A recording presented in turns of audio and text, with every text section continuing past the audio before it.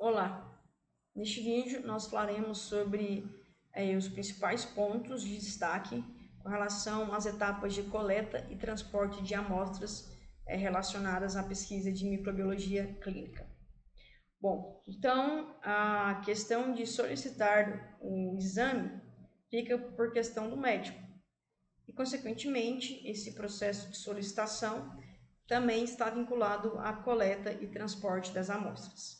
Então, a partir da solicitação médica, será encaminhado ao microbiologista as amostras necessárias. A exceção são em ambientes hospitalares, em que o próprio funcionário do laboratório, da parte de microbiologia, irá até o paciente e fará essa coleta. Mas, tirando isso, a coleta será feita pelo próprio médico, ou, como no exame de urina, pelo próprio paciente. Um exemplo de amostra que pode ser coletada, tanto no hospital quanto pelo médico, é a amostra de sangue, que deve ser coletada em volumes adequados. Então, existe na literatura toda a especificação com relação à quantidade de ml que tem que ser coletado de sangue para ser feita uma análise microbiológica.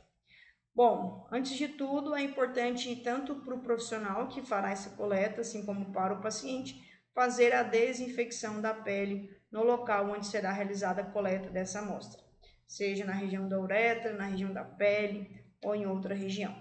Uma vez coletado a amostra, feita a desinfecção da pele, essa amostra então será preparada de acordo com a literatura, de acordo com o tipo de amostra, se é escarro, se é sangue, se é fezes, se é urina, etc.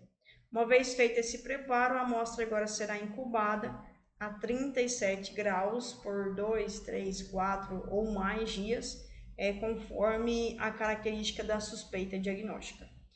Então, é feito o monitoramento da cultura. As culturas serão monitoradas automaticamente para avaliar o crescimento microbiano. Então, esse acompanhamento, esse monitoramento é feito em 2, 3, 4 ou até mais dias, né? Bom, como período de incubação, algumas bactérias podem ter um período de incubação mínimo de 5 a 7 dias, algumas podem ter menos e outras podem ter mais, depende muito da hipótese diagnóstica. Então, o volume adequado de sangue a ser coletado pensando em análise de sangue. Em adultos, recomenda-se coletar 20 ml para a hemocultura. Esses 20 ml tem que ser coletado de maneira asséptica. Em crianças, o volume é proporcional ao tamanho dessa criança, né? E seguir a recomendação do pediatra. E em recém-nascidos, o volume a ser coletado é muito pequeno, já que é um recém-nascido, né, que tem ali a sua limitação de tamanho. Então, a classificação e o tipo de doenças microbianas que podem acometer o sangue, chamado de septicemia, pode ser a septicemia intermitente, ocasionada por infecções pulmonares, trato urinário ou infecção em tecidos moles. Temos a septicemia contínua, que o paciente entra nesse quadro e fica, dependendo, até a cura, né, com os antibióticos, ou mais provavelmente até o óbito. Então, é causada por infecções intravasculares e, com grande frequência, causa uma sepse fulminante. A bacteremia e a fungemia são doenças sépticas que acontecem em presença de bactérias, respectivamente, ou a presença de fungos, como, por exemplo, cândida. Então, uma vez que há suspeita de infecção no sangue, uma septicemia, é necessário coletar o sangue, 2 a 3 amostras de sangue. Depois, serão inoculadas amostras desse sangue em frascos contendo caldo de tioglicolato. Essas amostras serão incubadas em temperatura de 37 graus Celsius, em que o meio será monitorado seu crescimento diariamente. A alteração na cor do meio, na sua turbidez, já indica o crescimento microbiológico. A duração de incubação varia em torno de 5 a 7 dias. Alguns micro-organismos podem ter um tempo menor. E recomenda-se não realizar a cloração de Gram, já que essa técnica leva à destruição, à morte das bactérias que podem estar na placa, né, na lâmina, o que vai dificultar a visualização, já que grande parte dessas bactérias elas são difíceis de serem curadas devido à sua baixa quantidade na amostra. Então, nós temos outra possibilidade, que é a análise e a coleta do líquido cérebro raquidiano, ou líquor. Essa amostra deve ser coletada em tubos estéreis e o que espera-se observar com essa análise é um líquido completamente límpido. Qualquer tipo de alteração na cor do líquor pode indicar um tipo de infecção. Essa amostra será processada no laboratório através de uma centrifugação rápida para a precipitação dos micro-organismos e com esse precipitado é feita então cultura e cloração de grã. Pode ser feito testes bioquímicos, como o teste de amplificação de ácidos nucleicos, o PCR, e é uma amostra que tem que ser transportada pelo menor tempo possível. Para evitar o crescimento de micro-organismos da microbiota, tanto do paciente quanto do analista, né, é necessário colocar então alguns tipos de antibióticos com espectro polimicrobiano. É importante a gente ter cautela, porque existem alguns patógenos que podem acometer a meninge e serem patógenos anaeróbios, e esse é um dos grandes desafios da microbiologia. Então, o diagnóstico da meningite bacteriana é um diagnóstico com bastantes desafios. Nós temos ali, inicialmente, os cuidados na coleta, fazer asepsia na pele, não refrigerar, fazer a desinfecção e coletar em tubos estéreis. Após essa coleta, tem que ser processado no laboratório o mais rápido possível, sendo feita a centrifugação, a cultura e a coloração. Uma vez dando resultado positivo, tem que ser notificado ao médico o mais rápido possível. Caso dê negativo, também notifica-se o médico, porém sem tanta urgência. Hoje em dia existem métodos mais modernos que possibilitam o diagnóstico sem a necessidade da cultura, podendo fazer testes de amplificação, o PCR, mas para tanto é necessário sempre fazer o transporte de acordo com a especificidade da amostra. Outros tipos de fluidos podem ser coletados além do líquor, como por exemplo líquidos abdominais, torácicos e sinoviais, assim como líquidos pericárdicos, para a suspeita, por exemplo, de uma endocardite bacteriana. As infecções do trato respiratório superior causam principalmente infecções da faringe por Streptococcus do grupo A. Além dele, nós temos os Streptococcus não grupo A, como Streptococcus pyogenes. O diagnóstico laboratorial de suspeita de infecção por Streptococcus é feito através de imunoensaios e também por anticorpos anti-Streptococcus. As amostras são coletadas através de suave e em algumas áreas a serem coletadas é importante um cuidado, uma cautela maior. O transporte tem que ser feito rapidamente, mesmo apesar que a amostra pode ser resistente à secagem. E também pode causar, além de uma faringite, infecções na epiglote e nos seios da face, causando epiglotite e sinusite. Bom, os principais causadores de faringite, nós temos aí Corynebacterium, Bordetella, Neisseria, Clamídia e Mycoplasma. A causa principal destaca-se o Streptococcus do grupo A, que é o Streptococcus pyogenes, e outras bactérias que causam faringite, Staphylococcus aureus, Streptococcus pneumoniae, Haemophilus influenzae, enterobactérias e Pseudomonas aeruginosa. Para fazer uma análise de amostra do trato respiratório inferior, é importante recomendar ao paciente que ele faça expectoração, que ele consiga tossir, e, caso necessário, pode ser feita uma indução de tosse utilizando solução salina na região da epiglote. Casos mais extremos, pode ser feita também uma broncoscopia, que seria uma biópsia do pulmão, e uma aspiração direta também é uma possibilidade. Para fazer o controle de contaminação é necessário fazer uma inspeção microscópica da amostra, fazer alguns critérios de possível descarte de amostra por contaminação e aqui alternativas para evitar a contaminação tanto do próprio paciente quanto do analista para o paciente. O cultivo e o tempo de crescimento de bactérias no trato respiratório inferior normalmente crescem rápido e algumas vezes podem ter exceções que causam incubação mais prolongada, o que acaba retardando o diagnóstico. As infecções também podem ser de ouvido, nesse sentido a gente pode fazer a cultura de amostras coletadas no canal auditivo.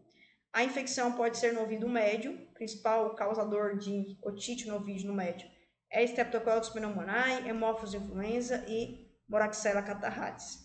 Normalmente, como esse tratamento, esse diagnóstico demora, o tratamento dessas faringites pode ser feito de maneira empírica, baseado então em evidências anteriores.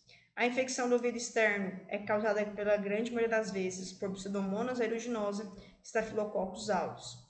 E o paciente pode ter uma tímpanoscentese, que é um procedimento para diagnosticar infecções na região do ouvido médio.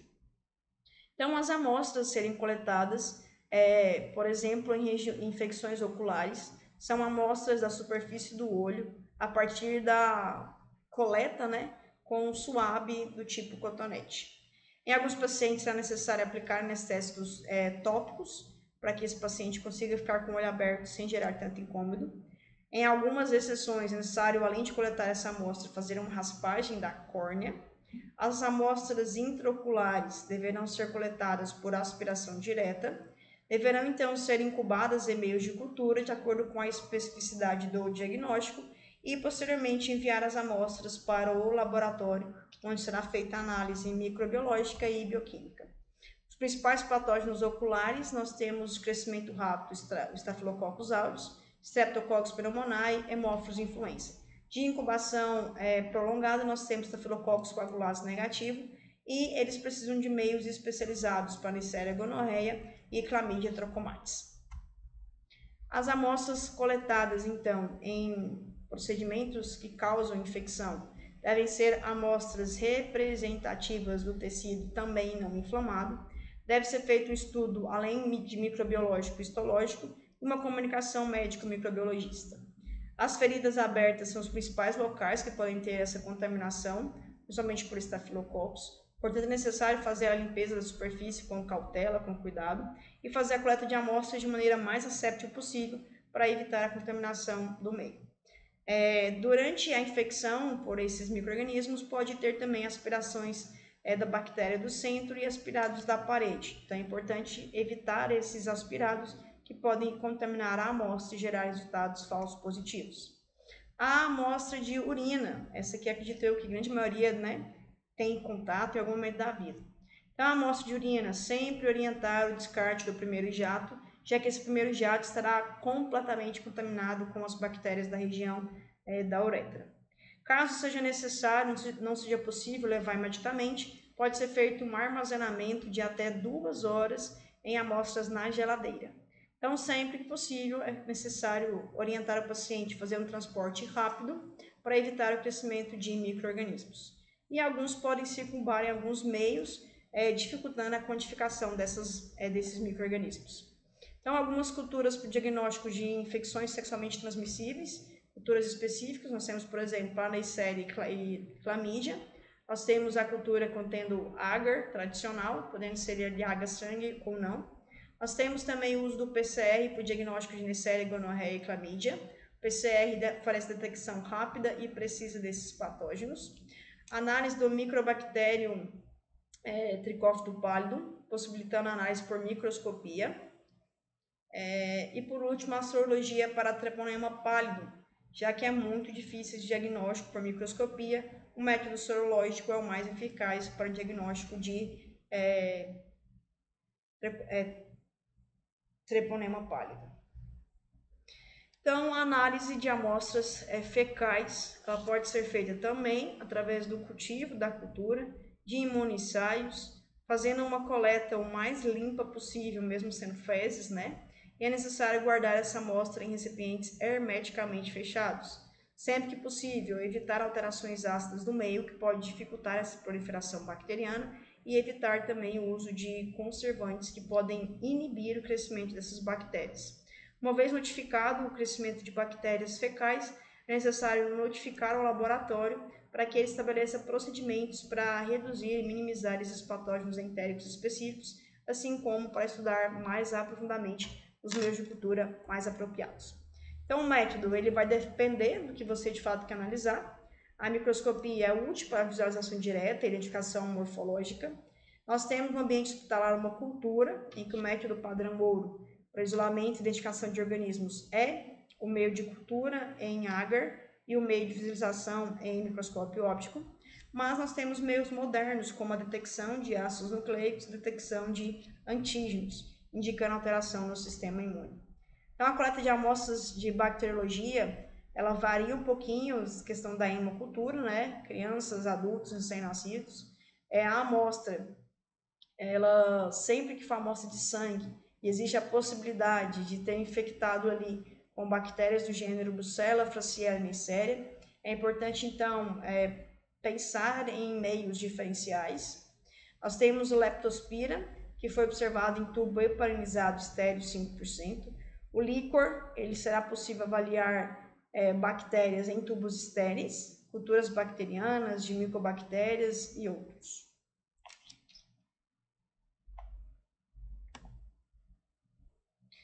Outros líquidos também, né, líquidos estéreis, sempre coletar um volume pequeno, estéril com tampa de rosca e sempre ali avaliar o máximo possível de pontos a serem notados, observados. Outros líquidos podem ser coletados como líquido abdominal, tórax, sinovial, pericárdio, entre outros. O catéter pode ser coletado a amostra do tubo estéreo com a tampa rosca ou, de preferência, no frasco para coletar a amostra. As doenças respiratórias são coletadas à amostra utilizando um suave imerso no meio de transporte. A área de inflamação ela é esfregada e, se presente ou estudado, é coletado e contato com saliva deve ser evitado, porque pode inibir a recuperação de streptococcus do grupo A.